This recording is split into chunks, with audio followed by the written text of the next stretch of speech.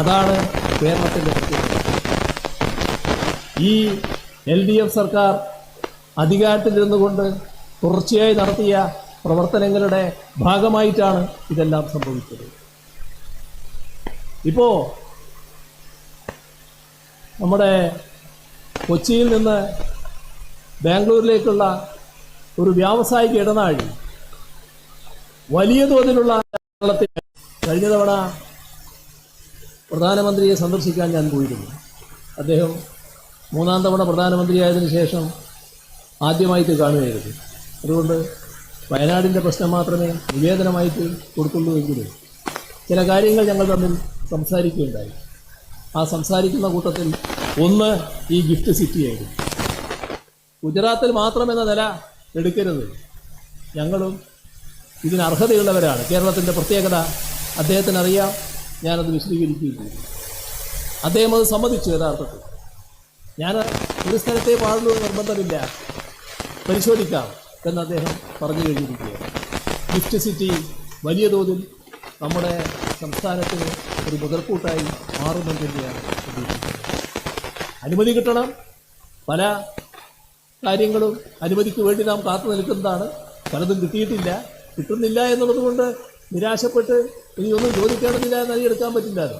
നമ്മൾ ചോദിച്ചുകൊണ്ടേയിരിക്കും. കാരണം നമുക്ക് അർഹതയുള്ളതാണ്. ആ ചോദ്യം നമ്മൾ ആവർത്തിച്ചുകൊണ്ടിരിക്കുകയാണ്. ഇതെല്ലാം നമ്മുടെ നാടിൻ്റെ വലിയ തോതിലുള്ള മുന്നേറ്റത്തിനാണ് വഴിവെക്കുന്നത്. ഇവിടെ പറഞ്ഞു, വിഴിഞ്ഞത്തെ പറ്റി പറഞ്ഞു. വിഴിഞ്ഞം പോർട്ട് ഉണ്ടാക്കുന്ന പുരോഗതിയുണ്ട്, അതൊരു ഭാഗം. ഇപ്പോൾ ആ പോർട്ടിൽ നിന്ന് നാം ഒരു റോഡ് ഈ അടുത്ത കാലത്ത് അതിൻ്റെ പ്രവർത്തനങ്ങൾ നല്ല രീതിയിൽ ആരംഭിക്കാറുണ്ട്. ഇന്നടക്കം അതിൻ്റെ റിവ്യൂ നടത്തിയതാണ്. ആവശ്യമായ എല്ലാ പിന്തുണയും നൽകാമെന്ന് നാഷണൽ ഹൈവേ അതോറിറ്റിയും പറഞ്ഞിട്ടുണ്ട്, നേരത്തെ തന്നെ പറഞ്ഞിട്ടുണ്ട്. വരാൻ പോകുന്നത് വലിയ തോതിലുള്ള വികസനമായിരിക്കും. ഒരു പുതിയ സമ്പ്രദായം ഇന്ന് രാജ്യത്തിൻ്റെ പല ഭാഗങ്ങളിൽ നടപ്പിലാക്കിയതും എന്നാൽ നമ്മൾ കേരളത്തിൽ ഇതേവരെ നടപ്പാക്കിയിട്ടില്ലാത്തതുമായ ലാൻഡ് പൂളിംഗ് സമ്പ്രദായം നടപ്പിലാക്കാൻ വേണ്ടി നടപടികൾ സ്വീകരിക്കുകയാണ്. ആളുകൾ കൂടുതൽ മനസ്സിലാക്കേണ്ടതുണ്ട്. ആ കാര്യങ്ങൾ മനസ്സിലാക്കിക്കൊണ്ട് തന്നെ നാട്ടുകാരുടെ വലിയ തോതിലുള്ള വികസനം നമ്മുടെ ഈ പ്രദേശമാകെ വരാൻ പോവുകയാണ്. തലസ്ഥാന നഗരി എന്ന രീതിയിൽ അതിഗംഭീരമായ മാറ്റം ഇതിൻ്റെ ഭാഗമായി ഉണ്ടാകാൻ പോവുകയാണ്. ഇതെല്ലാം നമ്മുടെ നാട്ടിൽ സംഭവിക്കുന്നുണ്ടെങ്കിൽ ഇതിൻ്റെ ഏതെങ്കിലും ഒരംശം നമ്മുടെ നാട്ടിൽ സാധാരണഗതിയിൽ വരുന്നുണ്ട്. നമ്മുടെ നാട്ടിൽ വന്നുകൊണ്ടിരിക്കുന്ന കാര്യം എന്താ? അത്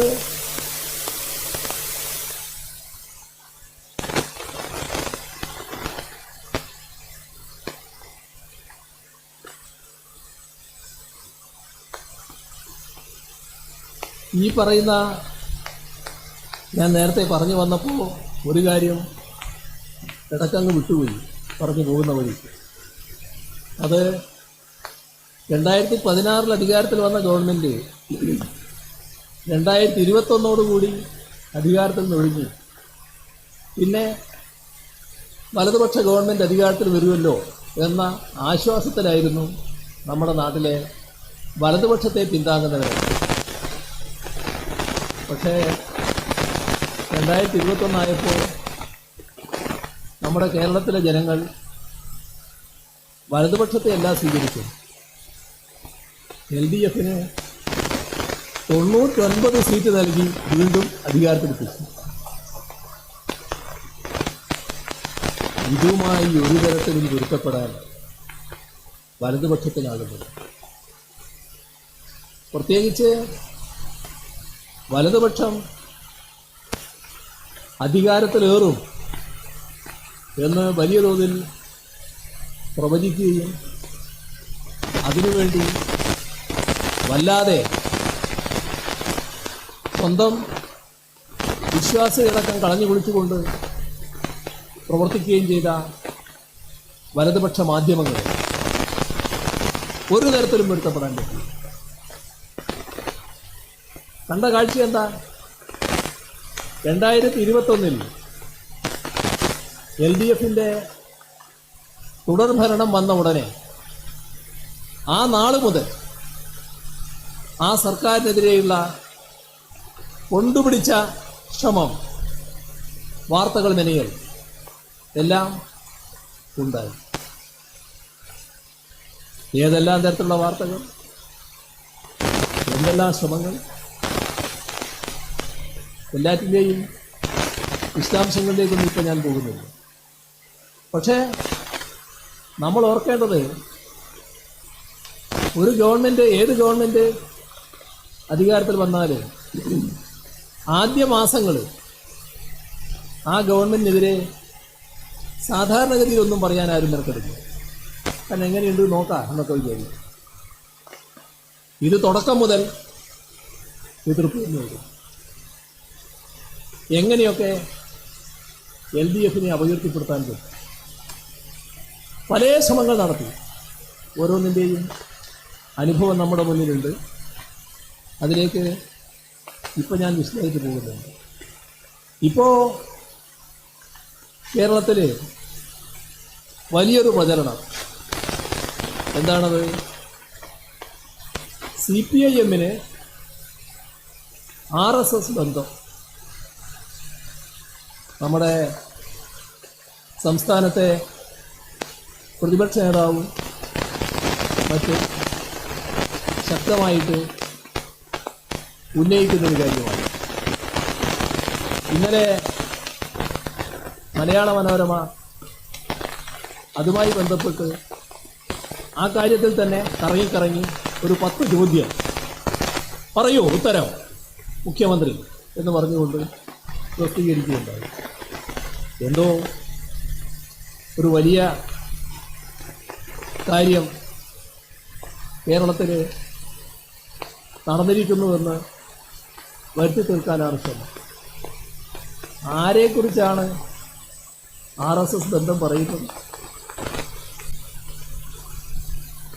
കേരളത്തിൻ്റെ അനുഭവം ആരും മറക്കില്ലാലോ. ഞങ്ങൾക്ക് RSSനെ പീഡിപ്പിക്കേണ്ട ഒരു ഘട്ടം ഉണ്ടായിട്ടില്ല. വളരെ കൂടുതൽ കാര്യങ്ങളിലേക്ക് ഞാനിപ്പോൾ പോകുന്നില്ല കേട്ടോ. അത് പോയാൽ വലിയൊരു മട്ടങ്ങ് മാറിപ്പോകും. അതുകൊണ്ട് ആ ഭാഗത്തേക്ക് ഞാൻ അധികം പോകുന്നില്ല എന്ന് മാത്രം. എന്നാൽ കേരളത്തിൽ RSS ഏറ്റവും കൂടുതൽ ആളുകളെ കൊലപ്പെടുത്തിയത് CPMകാരെയാണല്ലോ. എന്തേ അതിനിടയാക്കിയത്? അവരെ ആക്രമിക്കാൻ പോയതുകൊണ്ടാണ്. അവരെ ഭയപ്പാട് സൃഷ്ടിക്കുകയായിരുന്നില്ലേ?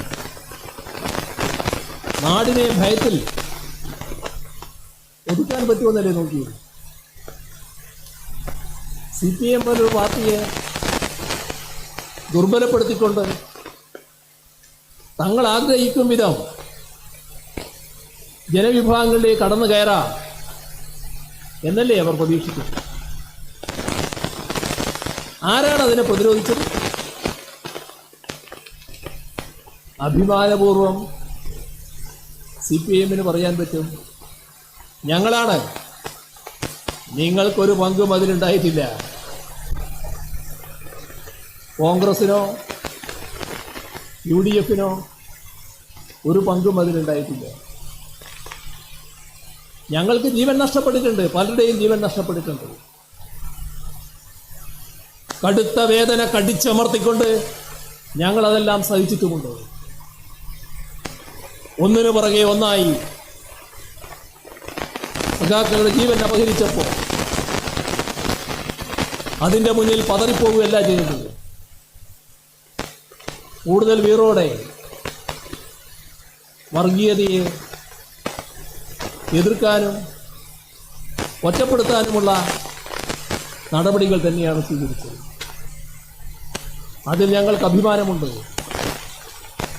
എന്തെല്ലാം പദ്ധതികൾ നിങ്ങൾ പ്രഖ്യാപിച്ചിരുന്നു? ഏതെല്ലാം തരത്തിലുള്ളത്? ചരിത്രത്തിൻ്റെ ഭാഗമാണ് അതൊക്കെ. ഞാനതിൻ്റെ മറ്റ് വിവരണങ്ങളിലേക്ക് ഇപ്പോൾ പോകുന്നു.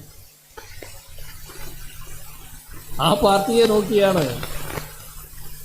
നിങ്ങൾ RSSുമായി ബന്ധമുണ്ടാക്കുകയാണ് എന്ന് പറയുന്നു. ഇവിടെ RSS ബന്ധം ആർക്കാണ് എന്ന് ഈ പറയുന്നവർക്കറിയില്ലേ? ചോദ്യം ചോദിച്ച മലയാള മനോരമക്കറിയില്ലേ? RSS ശാഖയ്ക്ക് ഞാൻ കാവൽ നിന്നു എന്ന് പറഞ്ഞ രാഷ്ട്രീയ നേതാവ് ആര്? മറന്നുപോയോ? വലിയ അഭിമാന പുരസ്സരമല്ലേ നാടിനോടത് വിളിച്ചു പറഞ്ഞത്? RSS ശാഖയ്ക്ക് കാവൽ നിൽക്കുന്ന RSSകാരനെ നമുക്ക് മനസ്സിലാക്കാം. എന്നാൽ ഇത് കോൺഗ്രസ് നേതാവാണല്ലോ. എന്തേ സൗകര്യപൂർവം അത് മറക്കുന്നത്? RSS ശാഖ സംരക്ഷിക്കുന്നതിന് ആളുകളെ വിട്ടു നൽകി എന്നല്ലേ? ആര്? മലയാള മനോരമ എടുത്തു നോക്കണം. KPCCയുടെ പ്രസിഡന്റ് പരസ്യമായി പറഞ്ഞത്. ഞങ്ങളാരെങ്കിലും കെട്ടിച്ചമച്ച് പറയുന്നതാണോ? പരസ്യമായി പറഞ്ഞതല്ലേ? എടക്കാട് തോട്ടട ഇഴുന്ന മേഖലയിൽ RSS ശാഖ തകർക്കാൻ CPMകാർ ശ്രമിച്ചിരുന്നുവെന്നും കോൺഗ്രസ് പാർട്ടിക്കാർ ശാഖയ്ക്ക് കാവൽ നിന്നു എന്നുമല്ലേ KPCC പ്രസിഡന്റ് പരസ്യമായി പറഞ്ഞത്? ആർക്കാണ് RSS? മലയാള മനോരമക്ക് മറവി വന്നോ? അല്ല, കമ്മ്യൂണിസ്റ്റുകാരെ എതിർക്കാൻ ഇതുകൂടി ഇരിക്കട്ടെ എന്ന് വെച്ചതാണോ? ഇവിടെ ഓർക്കേണ്ട ഒരു കാര്യമുണ്ട് കേട്ടോ. തലശ്ശേരി കലാപം, ആ കലാപകാലത്ത് കമ്മ്യൂണിസ്റ്റുകാർ കാവൽ നിന്നിട്ടുണ്ട്. ഇവിടെ ന്യൂനപക്ഷ ആരാധനാലയങ്ങൾ തകർക്കാൻ വരുന്ന ഈ സംഘപരിവാറുകാരെ നേരിടുന്നതിന് വേണ്ടി, അവരിൽ നിന്ന് ആരാധനാലയങ്ങളെ സംരക്ഷിക്കുന്നതിന് വേണ്ടി. നിങ്ങൾ പലരും ഓർക്കുന്നുണ്ടാവും, സഖാവ് UK കുഞ്ഞിരാമൻ, നെരുവമ്പായി പള്ളി, ആ ഭാഗത്തെ പ്രസിദ്ധമായൊരു പള്ളിയാണ്. അവിടെ കാവൽ നിൽക്കുകയാണ്. അപ്പോൾ ഒരു കൂട്ടം RSSകാർ വന്നു പള്ളി ആക്രമിക്കണം. ഈ നിൽക്കുന്ന UK കുഞ്ഞിരാമൻ്റെ നേതൃത്വത്തിലുള്ള വളണ്ടിയർമാർ പറഞ്ഞു, നിങ്ങൾ തിരിച്ചു പോകണം, ഇവിടെ പള്ളി ആക്രമിക്കാനൊന്നും പറ്റില്ല. പക്ഷെ അവർക്ക് ആക്രമിച്ചേ തീരൂ. അപ്പം ഇവർ സംയമനത്തോടെ പറഞ്ഞു, പള്ളി നിങ്ങൾക്ക് ആക്രമിക്കണമെങ്കിൽ ഞങ്ങളുടെ ശവത്തിന്മേലൂടെ മാത്രമേ സാധിക്കൂ. എന്ന് പറഞ്ഞാൽ ഈ സഖാക്കളെ നേരിട്ട് പരാജയപ്പെടുത്തി പള്ളിയിലേക്ക് കടക്കണം. അതിന് മാത്രം ബലം അവർക്കില്ല. അവർ തിരിച്ചുപോയി. തിരിച്ചുപോയവർ പക്ഷേ തീർത്തും തിരിച്ചു പോയില്ല. പിറ്റേ ദിവസം പുലർച്ചവരെ ഈ വളണ്ടിയർമാർ അവിടെ തന്നെ നിൽക്കുകയാണ്. രാവിലെ വീട്ടിലേക്ക് UK കുഞ്ഞിരാമൻ പോകുക. നിർവേലി അവിടെ ഒരു സ്ഥലത്ത് കയറി കാത്തു നിൽക്കുന്നുണ്ടായിരുന്നു. അവിടെ വെച്ചാണ് UK കുഞ്ഞിരാമനെ ആക്രമിച്ചത്. തലശ്ശേരി കലാപത്തിൽ പലർക്കും നഷ്ടപ്പെട്ടു. ആഭരണം നഷ്ടപ്പെട്ടു, പണം നഷ്ടപ്പെട്ടു, വീട് നഷ്ടപ്പെട്ടു, വസ്തുവകകൾ നഷ്ടപ്പെട്ടു, പലതും നഷ്ടപ്പെട്ടു. ജീവൻ നഷ്ടപ്പെട്ടത് ഞങ്ങൾക്ക് മാത്രമായിരുന്നു. സഖാവ് യു കെ കുഞ്ഞിരാമൻ്റെ ജീവൻ. അത് ഈ സംഘപരിവാറുകാരെ തടയാൻ നിന്നതിൻ്റെ ഭാഗമായിട്ടുമായിരുന്നു. ഞങ്ങൾ ചെയ്തത് അത്, ഇവർ ചെയ്തത് RSSന്റെ ശാഖയ്ക്ക് സംരക്ഷണം നൽകുക. മലയാള മനോരമയ്ക്ക് അറിയാതിരിക്കാൻ വഴിയില്ലല്ലോ. ആ വ്യത്യാസം മനസ്സിലാക്കണമെന്ന് പറയാം. ഇവിടെ നമ്മുടെ സംസ്ഥാനത്ത് നടക്കുന്ന കാര്യങ്ങൾ തീർത്തും ഒറ്റപ്പെട്ടതാണെന്ന് പറയാൻ പറ്റും. RSSന്റെ തലതൊട്ടപ്പൻ എല്ലാവരും സമ്മതിക്കുന്നതാണല്ലോ, ഗോൾവാൾക്കർ, ഗുരുജി ഗോൾവാൾക്കർ. അദ്ദേഹത്തിൻ്റെ ജന്മശതാബ്ദി ആഘോഷം, ആ ജന്മശതാബ്ദി ആഘോഷത്തിൻ്റെ ഭാഗമായി RSS ഒരു പരിപാടി സംഘടിപ്പിച്ചു. ആ പരിപാടിയിൽ ഗോൾവാൾക്കറുടെ ഫോട്ടോ വെച്ചിട്ടുണ്ട്. അതിൻ്റെ മുമ്പിൽ വിളക്കുണ്ട്. അത് കൊളത്തി ഈ ഗോൾവാൾക്കറുടെ ഫോട്ടോവിന് മുന്നിൽ വണങ്ങി കുമ്പിട്ട് നിന്ന ചിത്രം ആരുടേതായിരുന്നു എന്ന് മലയാള മനോരമ പരിശോധിക്കണം. ഞങ്ങളാരെങ്കിലുമാണോ? ഇവിടെയുള്ളവരല്ല, കേരളത്തിൽ ഏതെങ്കിലും കമ്മ്യൂണിസ്റ്റുകാരനാണോ? നിങ്ങൾക്കത് ഓർക്കാൻ വിഷമാണല്ലേ? എന്തേ വിഷമം?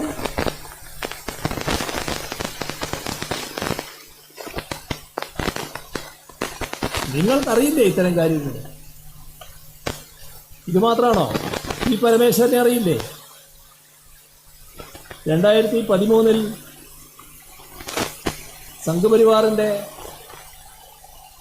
കേരളത്തിലെ ഏറ്റവും ഉന്നത ശീർഷൻ ഈ പരമേശ്വരൻ, അദ്ദേഹത്തിൻ്റെ പുസ്തക പ്രകാശനം ആരായിരുന്നു തൃശ്ശൂർ നടത്തിയത്? അന്വേഷിക്കണം, മലയാള മനോരമ അന്വേഷിക്കണം. RSS ബന്ധത്തിൻ്റെതാണല്ലോ നിങ്ങളിപ്പോൾ വല്ലാതെ ആലോചിക്കുന്ന കാര്യം. ഞങ്ങൾക്കാർക്കെങ്കിലും അങ്ങനെ എന്തെങ്കിലും ചൂണ്ടിക്കാണിക്കാനുണ്ടോ നിങ്ങൾക്ക്? ഇത് കേരളത്തിലെ കാര്യം ഇനിയുണ്ട്. ഞാൻ അതിലേക്ക് ഇപ്പം തൽക്കാലം കിടക്കുന്നില്ല. എന്താണ് നമ്മുടെ രാജ്യത്തെ അവസ്ഥ? ദേശീയ തലത്തിൽ കോൺഗ്രസും RSSും തമ്മിൽ ഏത് തരത്തിലുള്ള ബന്ധമായിരുന്നു? മലയാള മനോരമക്കറിയില്ലേ അത്? നിങ്ങൾ വലിയ മാധ്യമമല്ലേ, അറിയണ്ടേ? എന്തേ നിങ്ങൾ അത് മറച്ചു വെക്കുന്നത്? 1984 RSSന്റെ സർസംഘചാലക് മധുകർ ദത്താത്രേയ ദിയോറസ്, അദ്ദേഹം എങ്ങനെയാണ് ആ പേര് പ്രസിദ്ധമാകുന്നത്? അദ്ദേഹവുമായി രാജീവ് ഗാന്ധി തെരഞ്ഞെടുപ്പ് ധാരണയടക്കം ഉണ്ടാക്കിയില്ലേ? ഓർക്കാൻ കുറച്ച് വിഷമമുണ്ടല്ലേ? നിങ്ങൾക്ക് പറയാൻ തീരെ കഴിയില്ല. പക്ഷേ ചരിത്രത്തിന്റെ ഭാഗമായുള്ള കാര്യമല്ലേ അത്? ബാബറി മസ്ജിദ്, നമ്മുടെ രാംലല്ല സംഘപരിവാറിന്റെ സമ്മർദ്ദത്തിന് വഴങ്ങി ആരാധനക്കായി തുറന്നുകൊടുക്കാൻ തീരുമാനമെടുത്തത് 1986 രാജീവ് ഗാന്ധിയല്ലേ? അതിനു മുൻപുണ്ടോ? രാജീവ് ഗാന്ധിയല്ലേ ആ നടപടി ആദ്യം സ്വീകരിച്ചത്? ആർക്കാണ് RSSുമായുള്ള ബന്ധം? ആർക്കാണ് RSSനോട് സോഫ്റ്റ് വാർത്ത?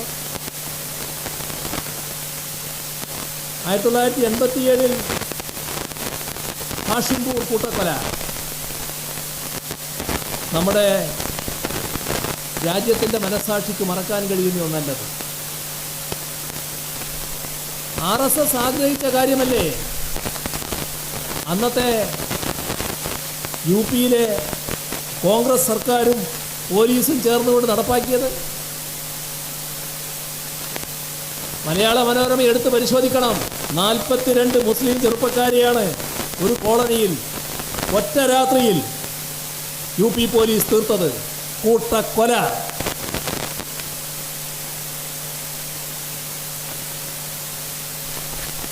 RSS ആഗ്രഹിച്ച കാര്യം ചെയ്യുന്ന കോൺഗ്രസും കോൺഗ്രസ് നേതൃത്വമുള്ള ഗവൺമെൻറ്റും അതിൻ്റെ കീഴിലുള്ള പോലീസും ഉത്തർപ്രദേശും നേരത്തെ ഓർക്കാൻ സുഖമുള്ള കാര്യമല്ല. എങ്കിലും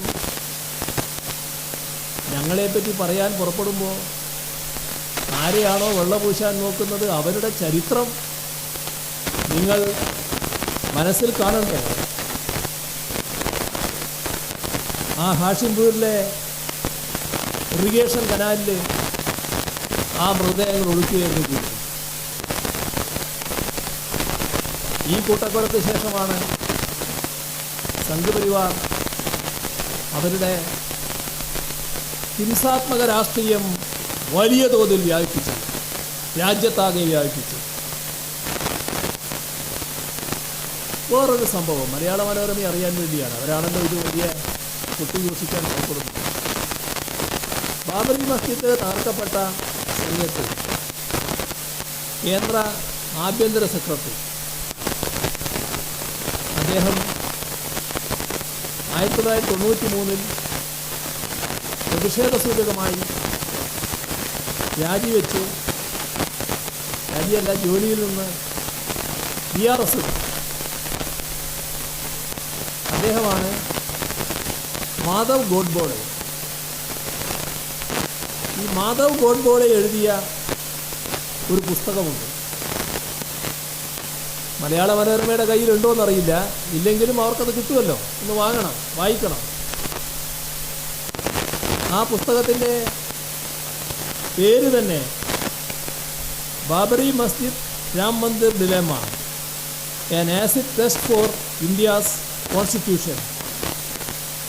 ഇതാണ് ആ പുസ്തകത്തിൻ്റെ പേര്. ഈ പുസ്തകത്തിൽ ഞങ്ങളായിട്ട് ബന്ധമുള്ള ആരുമല്ല കേട്ടോ എഴുതിയത്, അത് ഓർക്കണം. ഒന്നുകൂടി ആ പേര് ഞാൻ പറയാം. മാധവ് ഗോഡ്ബോളെ, ആ സമയത്ത് കേന്ദ്ര ആഭ്യന്തര സെക്രട്ടറി. അദ്ദേഹം എഴുതുകയാണ്, രാജീവ് ഗാന്ധിയെ രണ്ടാം കർസേവകൻ എന്നാണ് അദ്ദേഹം വിശേഷിപ്പിച്ചത്. മലയാള മനോരമ ആ പുസ്തകം എടുത്ത് നോക്കണം. ഒന്നാം കർസേവകനായി വിശേഷിപ്പിച്ചത് നേരത്തെ അവിടെ ഫൈസാബാദ് കളക്ടറായിരുന്ന KK നായരെയാണ്. കല്യാൺ സിംഗ് ആണ് മൂന്നാം കർസേവകൻ. ഉത്തർപ്രദേശിലെ കല്യാൺ സിംഗ് സർക്കാരിനെ പിരിച്ചുവിടാനുള്ള ശുപാർശ, ആദ്യ ശുപാർശ, ഇദ്ദേഹത്തിന്റെ ശുപാർശ. നാലാം കർസേവകനായ പ്രധാനമന്ത്രി നരസിംഹറാവു ചെവിക്കൊണ്ടില്ല എന്നും ഈ ഗോഡ്ബോളെ തന്റെ പുസ്തകത്തിൽ വെളിപ്പെടുത്തുകയാണ്. അദ്ദേഹം കല്യാൺ സിംഗ് ഗവൺമെന്റിനെ പിരിച്ചുവിടുന്നത് ശുപാർശ കൊടുക്കുകയാണ് ആഭ്യന്തര സെക്രട്ടറി. നാലാം കർസേവകനായിട്ടാണ് നരസിംഹറാവുവിനെ വിശേഷിപ്പിച്ചത്. മലയാള മനോരമ ആരെ വെള്ളമൂശാനാണ് ശ്രമിക്കുന്നത്?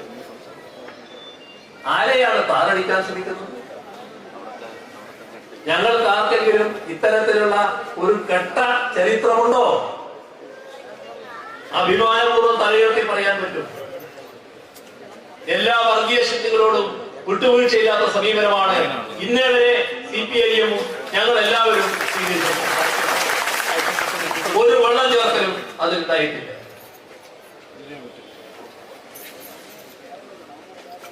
ഇപ്പോ കപിൽ സിബല് നേരത്തെ കോൺഗ്രസ്സുകാരൻ കോൺഗ്രസ്സുകാരനായിരുന്നു. സുപ്രീം കോടതിയിലെ സീനിയർ അഭിഭാഷകനാണ്. അദ്ദേഹത്തോട് 2018 ബാബറി മസ്ജിദ് കേസിൽ സുന്നി വഖഫ് ബോർഡിന്റെ അഭിഭാഷക സ്ഥാനത്ത് നിന്ന് പിൻവാങ്ങണം എന്ന് കോൺഗ്രസ് പാർട്ടി ആവശ്യപ്പെട്ടു. എന്തിന് അത്തരമൊരു ആവശ്യം ഉന്നയിക്കാൻ കാരണം എത്രമാത്രം കട്ട പിടിച്ച സംഘപരിവാർ മനസ്സാണ് കോൺഗ്രസിനുള്ളത് എന്നാണല്ലേ എന്നല്ലേ ഇത് കാണിക്കുന്നത്. മലയാളമാണ് നമുക്ക് അറിയില്ല. ഇവിടെ ബാബറി മസ്ജിദ് എന്ന സ്ഥലത്ത് ശിലാന്യാസം നടക്കും. ആ സമയത്ത് ശ്രീരാമനെ വാഴ്ത്തിയത് രാഹുൽ ഗാന്ധി. അയോധ്യയിലെ ഭൂമി പൂജ ദേശീയ ഐക്യത്തിനാണെന്ന് പറഞ്ഞത് പ്രിയങ്ക ഗാന്ധിയായിരുന്നു. രാമജന്മഭൂമി ക്ഷേത്രത്തിലേക്ക് ഇഷ്ടിക, അത് വെള്ളി ഇഷ്ടിക കൊടുത്തയച്ചു. മാത്രമല്ല ഭൂമി പൂജയുടെ അന്ന് മധ്യപ്രദേശിലാകെ ഹനുമാൻ ചാലിസ സംഘടിപ്പിച്ചു. തമിഴ്നാടാണ് അന്നത്തെ അവിടുത്തെ ഭരണത്തലവൻ. ആ തമിഴ്നാട് കോൺഗ്രസ് നേതാവല്ലേ, അദ്ദേഹമല്ലേ ഇതെല്ലാം ചെയ്യുന്നത്.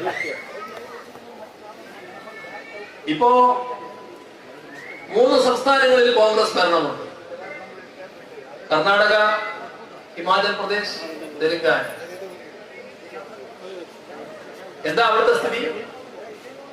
അയോധ്യയിൽ പ്രതിഷ്ഠാ ചടങ്ങ് നടക്കുന്ന സമയം കർണാടക സർക്കാരിന് കീഴിലുള്ള 34,563 ക്ഷേത്രങ്ങളിലും പ്രത്യേക പൂജയും പ്രാർത്ഥനയും നടത്താൻ കോൺഗ്രസ് സർക്കാർ ഓർഡർ ഇറക്കുകയായിരുന്നു, ഉത്തരവ് നൽകുകയായിരുന്നു. ഹിമാചൽ പ്രദേശിലെ കോൺഗ്രസ് സർക്കാർ പ്രതിഷ്ഠാ ദിനത്തിലെ പൊതു അവധിയാണ് പ്രഖ്യാപിച്ചത്.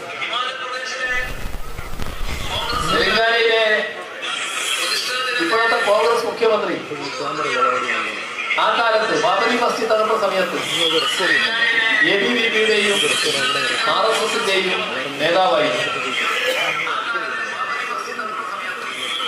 ഇതൊക്കെ പഴയ കാര്യമാണെന്ന് പറഞ്ഞ് തള്ളിക്കളയാൻ പറ്റുമോ? എന്റെ ഇതൊന്നും ഓർക്കാത്തത്, എന്റെ ഇവരെ വെള്ളപൂശാൻ വലിയ താല്പര്യം.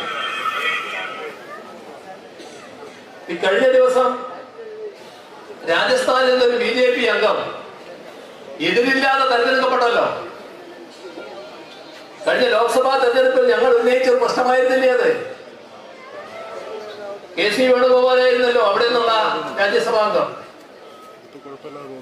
അദ്ദേഹം രാജിവെച്ച ഒടുവിലേക്കാണ് തെരഞ്ഞെടുപ്പ് നടന്നത്. ഞങ്ങൾ അന്നേ പറഞ്ഞു, ഈ രാജി BJPക്കാർ അംഗത്വത്തെ കൊടുക്കുകയാണ് ചെയ്യുന്നത്. അതല്ലേ സംഭവിച്ചത്?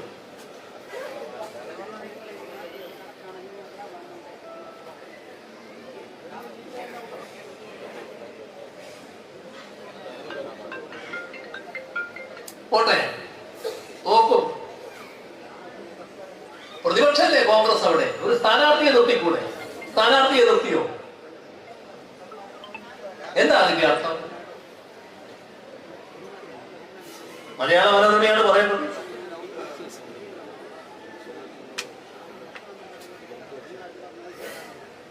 ഇവിടെ രാജ്യത്തിന്റെ ജനാധിപത്യം സംരക്ഷിക്കപ്പെടണം, മതനിരപേക്ഷത സംരക്ഷിക്കപ്പെടണം, മനുഷ്യനായി ജീവിക്കാനുള്ള സാഹചര്യം ഉണ്ടാകണം. അതിനുള്ള പ്രവർത്തനമാണ് CPIM നടത്തുന്നത്. CPIM അടക്കമുള്ള LDFും LDF സർക്കാരും നടത്തുന്നത്. ഒരു വർഗീയതയോടും വിട്ടുവീഴ്ചയില്ലാത്ത സമീപനമാണ് ഇവിടെ സ്വീകരിക്കുന്നത്. ആ കാര്യം എല്ലാവർക്കും നല്ലതുപോലെ വ്യക്തതയുള്ള കാര്യമാണ്. അതുകൊണ്ട് ഞങ്ങളെ RSS ബന്ധം ഏതെങ്കിലും തരത്തിൽ ആരോപിച്ച് നാടിന്റെ മുന്നിൽ ഇതാ RSSന്റെ ബന്ധക്കാർ വന്നിരിക്കുന്നു എന്നൊരു ചിത്രം ഉണ്ടാക്കാമെന്ന് ഒരു വ്യാമോഹം വേണ്ട. ഞങ്ങളത് തികഞ്ഞ അവജ്ഞയോടെ തള്ളിക്കളിയാണ്. ഈ കാര്യത്തിൽ ഞങ്ങളുടെ ജീവിതവും പ്രവർത്തനവും എല്ലാം സുതാര്യമായിട്ടുള്ളതാണ്. വിട്ടുവീഴ്ചയില്ലാതെ വർഗീയതയ്ക്കെതിരെ പോരാടിയ ചരിത്രമാണ്. ഞാൻ കുറച്ചധികം സമയമായി പോയി. അധിക സമയം എടുക്കണ്ടെന്ന് വിചാരിച്ചിട്ടാണ് തുടങ്ങിയത്. പക്ഷെ പറഞ്ഞു വന്നപ്പോൾ കുറച്ചധികമായി. ഇനി എതിർക്കുന്നില്ല. ഇവിടെ ഇത്തരം പ്രവർത്തനങ്ങൾക്കെല്ലാം ഫലപ്രദം